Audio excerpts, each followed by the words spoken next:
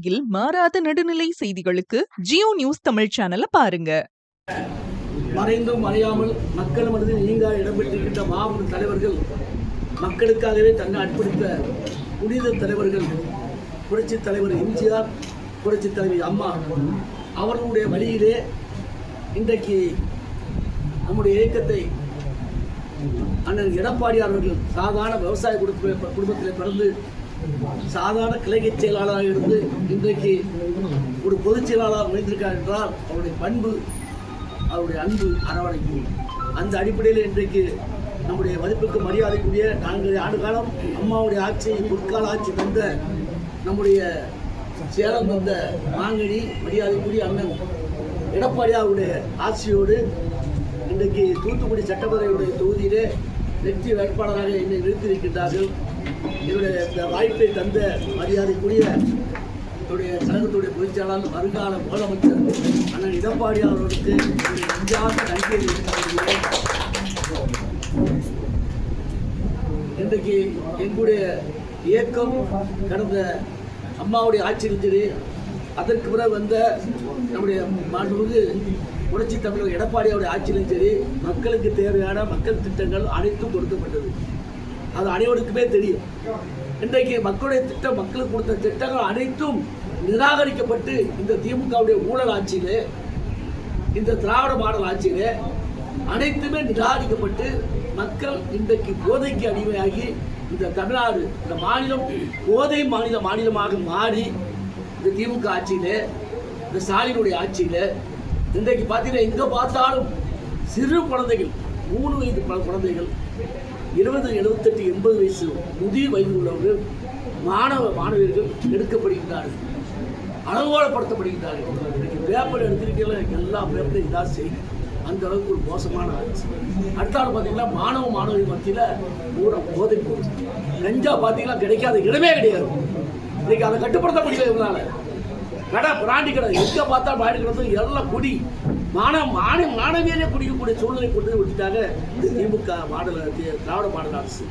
நீங்கள் பார்த்தீங்கன்னா அவங்களுக்கு தேவை ஊழல். பார்த்தீங்கன்னா பொடியாக போட்டிருக்காங்க. எங்கள் எடப்பாடி அண்ணான்னு சொன்ன மாதிரி அவங்களுக்கு கனெக்ஷன், கரப்ஷன், இதுதான் அவங்களுடைய தாரகம். கடமை கட்டி 2 பேர்லாம் கிடையாது. எல்லாம் உங்களுடைய தாரகம் வந்து வேணாம். ஒரே கலெக்ஷன், கரப்ஷன், ஒரு கமிஷன், இதுதான் கமிஷன். இதுதான் அவங்களுடைய இது புரியும். நீங்கள் தூத்துக்குடி எடுத்துக்கிட்டீங்கன்னா பார்த்தீங்கன்னா உங்களுக்கு தெரியாது. இந்த நான் அமைச்சராக இருக்கும்போது நல்லா கட்டுக்கோ, ஐடிஐயில் நான் அமைச்சராக இருக்கும்போது கொஸ்டின் பேப்பர் இங்கிலீஷ்லேயும் ஹிந்திலேயும் வந்துச்சு. நான் அதை போராடி நம்ம தொழிலாளர் மாநாடு நடந்துச்சு நம்ம சென்னை, நம்ம டெல்லியில் வச்சு. அப்போது இருக்கும்போது நான் போய் கேட்டேன், அதான் நீங்கள் வந்து 8th ஃபெயில் ஆகிட்டு வராங்க, 10th ஃபெயில் ஆகிட்டு வராங்க, அவங்க தான் ஜோசப் படிக்காங்க. தொழிற்கல்வி வந்து தொழிலாளர் பிள்ளைகளுக்காண்டி ஆரம்பித்தது.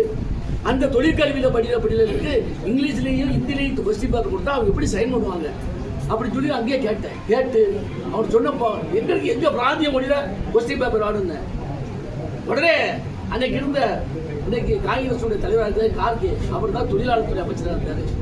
அவருடைய சீனியர் பிஏ வந்து அவருக்கு எடுத்து சொன்னாங்க. நான் சொன்ன உடனே சரி அமைச்சர் உங்களுக்கு கோரிக்கை ஏற்கப்பட்டதுன்னு இன்றைக்கு ஐடிஐயில் வந்து கொஸ்டின் பேப்பர் தமிழில் கிடைக்கும். அது யாருன்னா புரட்சி தலைவர் எடப்பாடியாருடைய ஆட்சியினால, இன்னைக்கு அம்மாவுடைய ஆட்சியினால கிடைக்கும். இன்னைக்கு இந்த அம்மா, நம்ம கீதாஜி அம்மா இருக்காங்க, முட்டையில் ஏன் கருப்பாக இருக்குன்னு கேட்டாங்க. முட்டைக்குள்ள பூமுட்டை வாங்கி கொடுத்தாங்க. கேட்டால் கருப்பாக இருக்கு என்னன்னு கேட்டதுக்கு மேலே வந்து அந்த இது கட்டியிருந்தாங்க, கயிறு கட்டியிருந்தாங்க. அந்த கயிறுடைய கருப்பு உள்ளே இறங்கி அது முட்டை கருப்பாயிட்டு. முட்டைக்குள்ள எப்படிங்க கருப்பு இருக்கும்?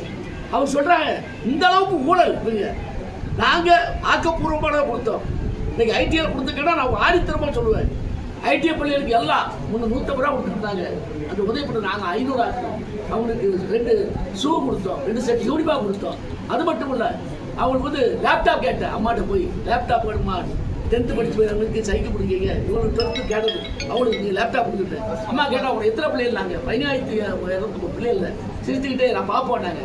2ஆவது நாள் அவங்க கோரிக்கையில் வந்து அவங்களுடைய மானிய கோரிக்கையில் அறிவித்தாங்க.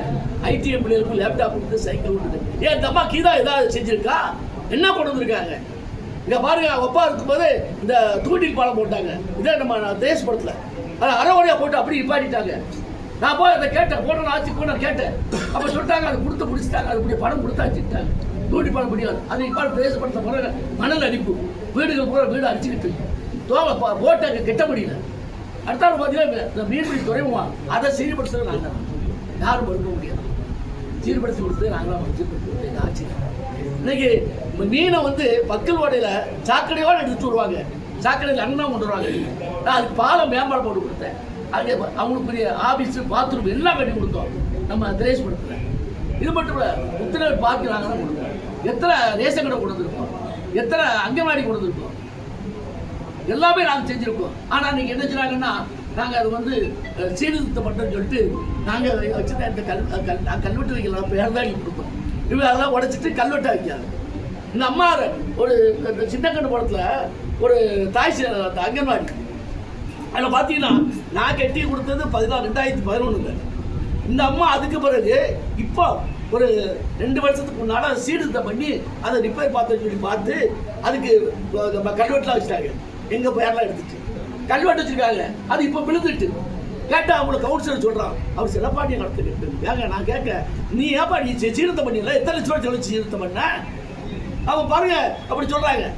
அவங்க எல்லாம் போலி. நீ பாருங்க ரோடு போடுறாங்க, ஏற்கனவே அந்த தார் ரோடு போட்டிருக்காங்க, போட்டு இப்போ 1.5 வருஷம் தான் ஆகுது. அது மாதிரி இப்போ சிமெண்ட் ரோடு போட்டிருக்காங்க, போட்டு இப்போ தார் ரோட வேலை போடுறாங்க. இப்படி பல இடத்துல. அதை விட அநியாயம் தான் மாநகராட்சியில் டெண்டர் விடாமலே வேலை நடந்த போல டெண்டர் வைக்க. இது எவ்வளோ பெரிய ஊழல் பாருங்க. இப்படி பல காரியங்களுக்கு தவறு நடந்துருக்கு. இன்னைக்கு இந்த மாநிலமே சீர்குலைந்து இருக்கின்றது.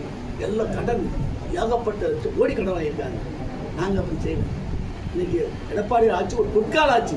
அதனால் மக்கள் தெரிஞ்சுக்கிட்டாங்க, மக்களுக்கு தெளிவாகிட்டாங்க, மக்கள் தெரிஞ்சுக்கிட்டாங்க.